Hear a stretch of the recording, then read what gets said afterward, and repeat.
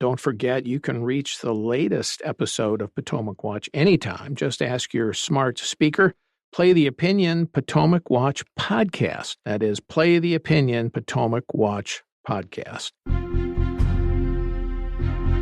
From the opinion pages of the Wall Street Journal, this is Potomac Watch. Welcome back. I'm Paul Gigot with my colleagues Joe Sternberg and Kim Strassel. And Kim, as I mentioned before the break, there was a dinner held with American Masters of the Universe, Masters of Finance, Larry Fink, Tim Cook of Apple, Larry Fink of BlackRock, and a variety of other potentates meeting with Xi Jinping. And the Wall Street Journal reports that when Xi entered the room, he was given a standing ovation by the CEOs. And that's before he said a word, and received several ovations during the meeting for extolling better cooperation between the United States and China. What do you make of that reception? Wow. It was so embarrassing. I mean, it's really stunning to me, Paul. Let's just break this down for a minute. So the titans of American industry, the businessmen who have completely benefited from America's free market approach and capitalistic approach to economies, stands up to applaud the head of a communist party that subscribes really to very few, if any, of those things, to a guy who's been accused rightfully by the president of being a dictator, but has well-known documented human rights abuses, who has cracked down on Hong Kong. I had to wonder as I saw this, Paul, how many people in that room do have or did have businesses in Hong Kong and employees in Hong Kong that have been subject to the new Chinese authoritarian rule there. Obviously, the history of the Uyghurs, a company and a president that is accused on a daily basis of intellectual property theft from American businesses. I mean, you can go down the list. And our American CEOs stand up and give the guy thunderous applause just for walking into the room, and then also stand up and do it several more times throughout his speech. So quite the image to broadcast to the rest of the world. But then again, in keeping with the general backbone and courage of the U.S. corporate community of late. Very bad look, in my opinion, Joe Sternberg, for these CEOs politically here at home, right? And particularly with the populist American right, which is already growing in suspicion of business. And yet that's the group that American business needs to hold off the regulatory and tax onslaught of the left. Just utterly tone deaf. I mean, I know these CEOs have business in China, okay? Some of them have significant investments. Many of them, like Apple and others, have supply chains that are extensive and critical. But if you look at what they are doing behind the scenes, and this is reflected in the investment figures in China, foreign investment figures, they're pulling out. They're diversifying. If not pulling out entirely, they're hedging their bets by diversifying their supply chains, by making, at the margin, investments in Vietnam or India or elsewhere rather than in China. That's one of the reasons Xi is trying to show a less nasty face to the world. But, geez, you have to stand up and basically applaud the guy as if he's Winston Churchill. I mean, it's really, really dispiriting. And I think ultimately runs against their interests in this country. Yeah, I mean, one of the things that's so perplexing about this is that they're about 25 years too late. I mean, there was a period in the late 1990s, early 2000s when it did appear that China was definitely on a reform and opening path.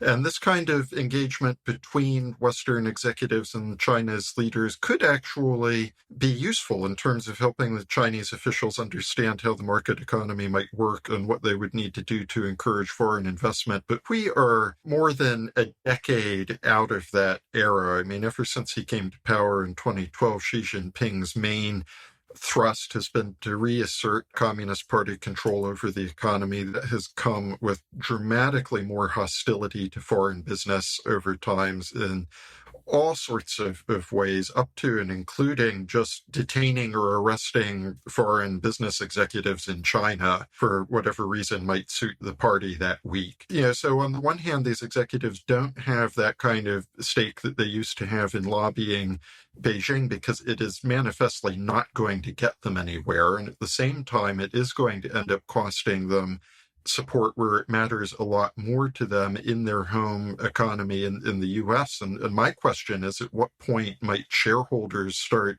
asking some of these executives, are you really acting in the best interests of your shareholders here in the U.S.? All right, let's change to another subject that this time in Washington. George Santos, the Long Island Republican who has been besieged after stories broke after his election in 2022 over his ethics violations, deceptions, claims about his background that turned out not to be true. He has been indicted by federal prosecutors on various charges, and the House Ethics Committee has been investigating. And now the Ethics Committee has released its report, which I think it's fair to say is damning. They say in their conclusion that he sought to fraudulently exploit every aspect of his House candidacy for his own personal financial profit and blatantly stole from his campaign. It said his conduct warrants public condemnation and is beneath the dignity of the office and has brought severe discredit upon the House. Santos dismissed the report, calling it a disgusting, politicized smear. He posted on social media, and he said he will remain in office until he is allowed, but he will not stand for re-election in 2024, as he had previously said. Kim, you've been following this. I know that the House voted not too long ago on a vote to expel Santos as a member, but 213 lawmakers, a majority, voted against expelling him. I suspect, actually, the members of the Ethics Committee say they will introduce a resolution to expel him again when the House returns after Thanksgiving recess. What do you make of this, and whether Santos will or should be expelled? Well, as for the committee report, I think the Ethics Committee gets some credit here. As you just mentioned, George Santos has been indicted by the Department of Justice on 23 federal felony charges, which range from conspiracy to wire fraud, false statements, identity theft, credit card fraud. And what the House committee did here was essentially its own due diligence, looking into the conduct of one of its members. It has indeed issued this very ugly report. It appears to have gathered some additional information in accusations that the Department of Justice may or may not have, and it is making its own referral of that information over to DOJ to assist in its prosecution. As you note, it sounds as though they are going to issue another bill to expel George Santos. We just had one of these votes, and I think it's still up in the air as to whether or not he is formally expelled. And I'd like to stress here that for once, that isn't necessarily based on politics. There's been a lot of talk about the fact that House Republicans have such a narrow majority, it would be difficult for them to lose another member. That being said, I would note that even in the last vote, there was a significant number of Democrats who voted not to expel Santos on the grounds that the House has never before, at least not that I know of, the House has never voted to expel a member prior to that member actually being convicted of a crime.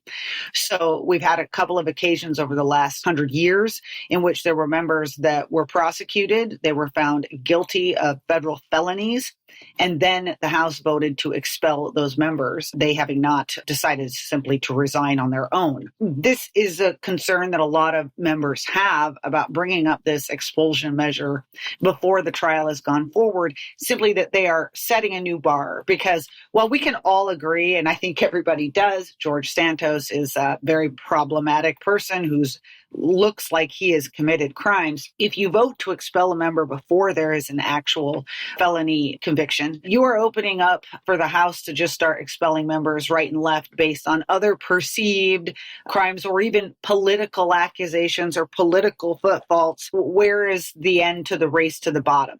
We've seen a lot of that in the House, of the breaking down of standards and norms. And I think everybody's a little more worried about it these days, given people have been stripped of their committee memberships and there have been more censor resolutions. So I think that's what's behind this. And I think it still makes it a jump ball as to whether or not he's expelled, although it does seem as though the wheels of justice are indeed turning against George Santos. The many Republicans, particularly in New York, want to make a statement against Santos, so they voted for expelling him. They don't want this to hang over them going into 2024. On the other hand, some of the Democrats who voted against him, the Robert Menendez Jr., a congressman from New Jersey, whose father is Bob Menendez, this New Jersey senator who's been indicted again on corruption charges and is refusing to stand down, resign, and says he's innocent and he's going to fight that. And there's been no movement to expel him. So I think you're making a very important point about due process and a standard of expulsion that perhaps should extend to have being convicted in a court of law unless there are truly extraordinary circumstances. Joe, I want to get you in here. What do you think? Well, I think it is not at all an easy thing to suggest that you should just start expelling people from the House, because remember, another consequence of that is that the people of his district are not represented, if they don't have someone right in Congress. And that is certainly not something that we can take lightly in our system of government. I think that also points to one issue here, is that it will help a lot if voters start taking more care in these elections to try to vet some of these, the candidates that they're actually voting for.